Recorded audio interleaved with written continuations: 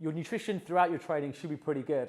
However, when you start hitting your tapering period, you need to take it a lot more seriously, particularly in the last week up until the marathon. During this week, you need to up your carbohydrates, which is known as carbo loading, and you need to look at around 65 to 70% coming from carbohydrates, 20 to 25% being protein in your diet, and the last 10 from fats. There's a few things that you don't want to be doing. Don't eat too much in one meal. This will reduce the amount of glycogen stored and increase the chances of fat gain. Don't try any new foods.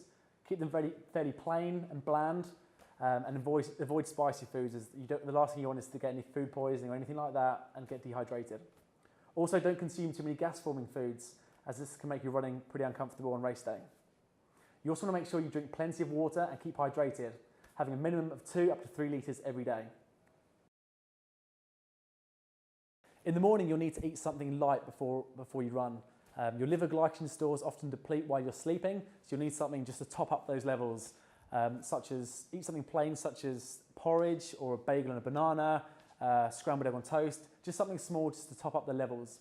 You'll also need to drink plenty of water. You'll need to have about 500 millilitres in the 2 hours up to the marathon and a further 125 to 500 millilitres just before you start running. If you've carbo loaded correctly, then you should have enough glycogen to run for around 18 to 20 miles before your stores have been depleted and you'll hit the wall.